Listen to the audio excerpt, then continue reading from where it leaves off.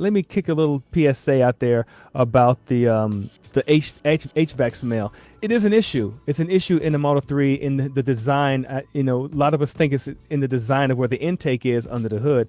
You can get leaves in it, and you get all types of debris in there, and it settles down in there. And then you add a little moisture, a little whatever, and then you got a nice little hodgepodge of bacteria happening.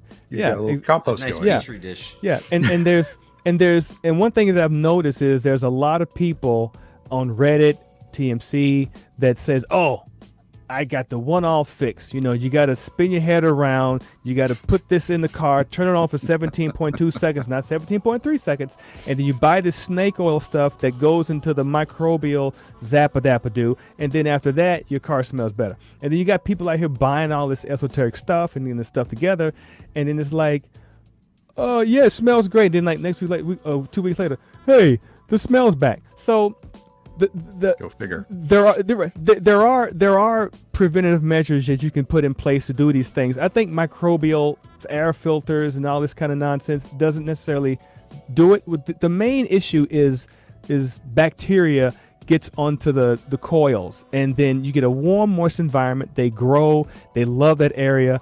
If you use your AC on manual, you turn it up, whatever, and then you just turn the car off, and it shuts off. Well, then if you're out in the sun and the heat, the bacteria it's just giving it energy to feast on all those dirt, dust, and bits. So when you get back in the car, and the air intake is blowing air through that across those coils, now you're smelling that. So your $40, $50 microbial air filters you put in there, you're like, well, dang, these things ain't doing much, because now 2 weeks later the smell is back. It's not that, it's from there. So one thing that I do, and I've had 2 Teslas, is that I've never had the smell. I had an older car. It was an $80,000 SUV, Infinity, and I smelled it a little bit. But the point is, what I do is just that I run my car in auto. So when it's in auto, it's cycling on and off. The compressor kicks in, it cools the air. When it gets to a temperature, it cuts it off. There's always air flowing across it, not always cold air. It's okay to have just room temperature air going across it to keep things at bay. And one thing you can do out there, people in TV land, is that if you can remember to just turn your AC off, just let the air flow, the outside air flow across the coils to kind of dry it up. You will smell less of that sock smell, the vomit smell that Danny mentioned. He's a producer here.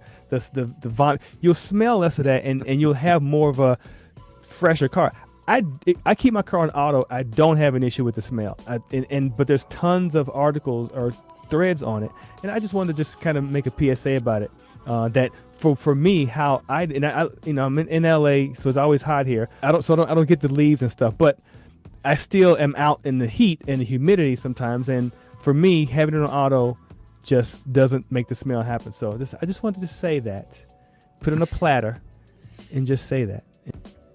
Lewis hasn't had this problem because he's got the Plaid. It's got bio. Never heard of this issue. Yeah, it's got bio mode or whatever. Bioweapon defense mode. Yeah, so you don't have that issue, but a lot of Model 3 people do have the issue. Mike, do you experience it often in your car? I have not, and I was thinking as you were talking that I tend to change my filters more often than most. Right. Because I live in a fire zone. Right. And for the last 5 years, we've had fires, a significant amount of fires. And people don't realize that when you're driving to work or around and there's a fire, you're picking up a lot of ash. Yeah. And I've pulled out filters that are only 6 months old that are just covered. So I tend to be changing those pretty regularly. I would think, though, the folks in, like, let's say Atlanta, where you've got high humidity. Oh my gosh. Houston, high humidity. Oh my gosh. I mean, that's a big deal. Here in the West Coast, not such a big deal. We have a dry heat. That's what they like. Which I love. I love. I'm from the South, and I love it, man. Yeah. So I could see where it could be a real problem, but I have not experienced it with my 2019.